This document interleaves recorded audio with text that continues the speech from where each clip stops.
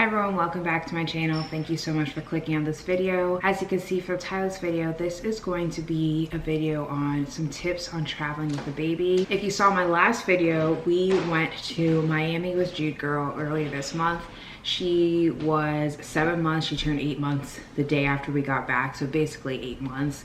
And it was our first time traveling with a baby because she's our first baby, and it went fairly well. I wrote down a few things that I thought helped traveling with her go fairly well, and I want to share them with you in case you're about to travel with a baby, or you're pregnant, you're about to have a baby, or if you want to pass these tips on to a friend. So the first tip I wrote down is to go with the flow, but establish a good schedule beforehand. So something that I think helped traveling with Jude work pretty well is that before we left, she was already on a pretty good schedule. Her schedule does change, I would say, every like 2 to 3 months because with age she takes less naps, she needs longer wake periods, those type of things. I will put a screenshot of her current schedule right now on the screen, but again, she also has a baby, so that varies depending on when she wakes up. The most important thing for me with Jude's schedule is to keep her wake periods and her naps around the same amount of time. So right now her wake periods are 2.5 to 3 hours during the day, and then before bed 3 to 3.5 hours. And because she's only on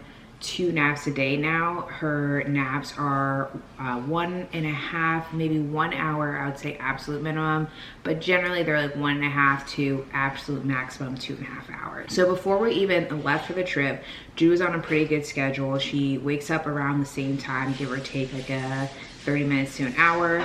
She goes to sleep around the same time. Her naps go around the same time. So even though when we were in Miami, we were going with the flow, we kind of did what we wanted to do, she would actually fall asleep most of the time in her stroller around the same times that she would fall asleep at home in her crib for her naps. There's one day in the morning, I think she woke up at like 4:20 a.m. and then she took another nap just on me until around 7.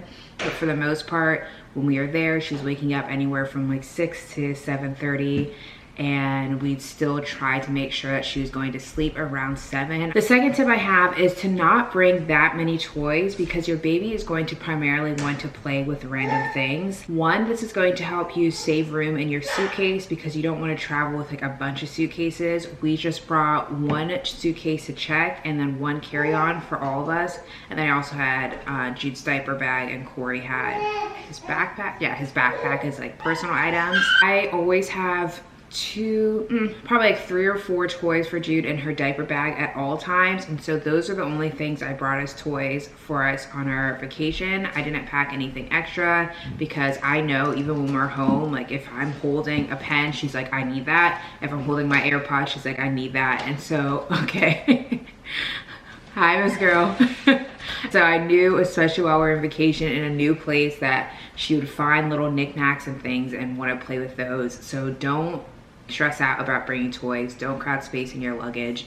You might lose the toys and then it's annoying when you get home and you have to buy new stuff. It's just not necessary. Third tip I have is if you're going to spend the big bucks anywhere, make it on the hotel room, because that's probably where you'll spend the most time. We originally actually rented a car and ended up canceling that car rental because I realized, I was like, with her nap times, with her going to sleep pretty early and just the 2 of us and Jude, we're not going to be out and about that often to the point where a car was needed.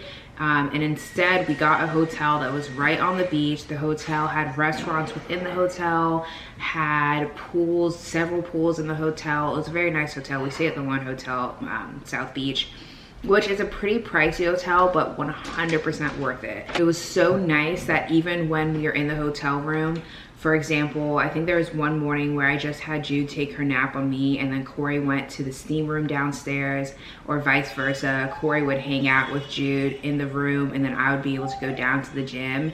And it was so nice to have our home base, quote unquote, the hotel, be a place where we could do things as long as one or the other was still with Jude. And then even when we are with Jude, it was just nice that we could go to the hotel pools with her. We could go to a restaurant within the hotel if we were short on time, if it was closer to her bedtime. If you can kind of take away money from, like, for example, like we did, don't rent a car, take a cheaper flight, things like that.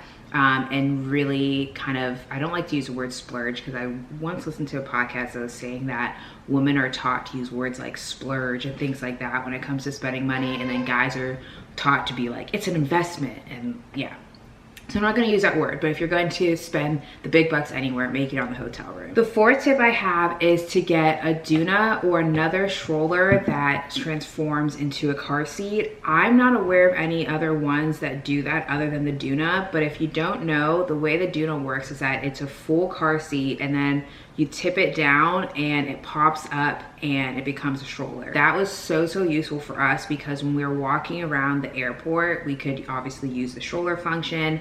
And then when we got to Miami, if we had to Uber places, you just have your car seat already with you, strap it into the Uber and you get to go, rather than checking a stroller and then having your car seat and just so many things. I feel like the best overall encompassing tip for traveling with a baby is just travel as light as possible, because you just don't want to be lugging around 500 things and making the vacation not even a vacation because you're just taking 500 things wherever you go. So I would say definitely get a Doona or any other car seat to stroller mechanism type thing.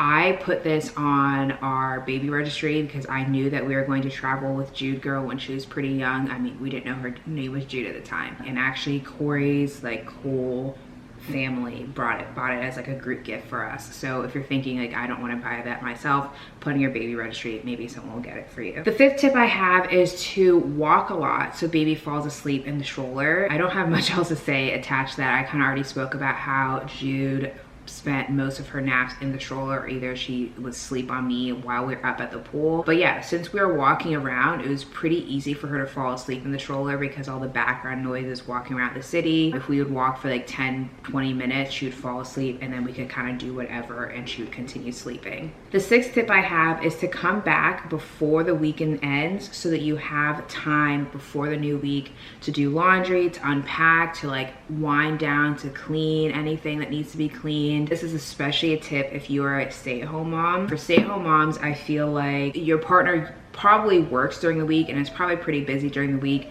and then the weekends they can help more. For me, during the week, Corey's pretty busy. I mean, he can help here and there. Like right now, he's watching Jude, so I can film this video. But most of the time what he's helping is on the weekend. So I knew that if we came back on the weekend, it would give me time to be like, hey, you sit with Jude, let me clean up, let me do laundry and everything, because I'm someone that when I get home, I have to unpack immediately. I can't just let things sit. I'm like that with most things. I can't just let things sit and not do them, because I will literally think about it 24/7. I'll be like, okay, this needs to be done, this needs to be done, and it's just not worth it. I'd just rather do it and free my mind of that like clutter. We came back Saturday morning. I think we landed around 11 a.m. and then got back to our house maybe actually around noon, and that gave me the whole day to do laundry, and then the next day I could fold laundry. And then by the time the week started, where Corey was back to work and I was back to watching Jude, I say quote unquote full time, I wasn't stressed about having to kind of unpack and do everything as far as our trip, and it felt like, yeah, I was going into the week refreshed, feeling good. The last tip I have is a tip mostly for you and your partner or whoever you're traveling with, is to bring snacks for you, and I guess also snacks for your baby. We traveled with Jude. She, as I said, was about to be 8 months when we left, so she's not eating like a bunch. Actually, she eats quite a bit, but like she doesn't snack a bunch.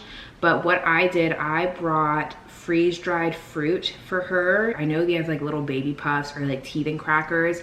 I personally haven't found one that I'm okay with the ingredients, something I would give her, but a very easy thing for a baby to eat is freeze-dried fruit. You can just like snap it into smaller pieces, and also helps them learn their pincer grasp, which Jude has gotten so much better at using her pincer grasp because I've been giving her like little pieces of the freeze-dried fruit. I feel like it's a tongue twister. And then also bring snacks for you and your partner, because we all know when you're buying snacks at the hotel or anywhere when you go on vacation, it's going to be a lot more expensive than if you just buy snacks at home and bring them with you.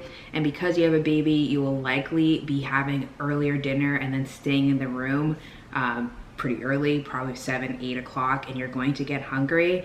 So for us, I think I brought like Unreal little chocolate gems. I brought these maple filled almond pretzels, which I spoke about in my video. And it was just nice to have those snacks that we could always return to if we were hungry when we were hanging out quietly, like watching videos with our AirPods in at night. So that's everything for this video. I just wanted to quickly give you these tips. I can hear Corey coming down with Jude Girl, so it's time for me to go back to mom duty. Okay, I'm gonna just cut that out.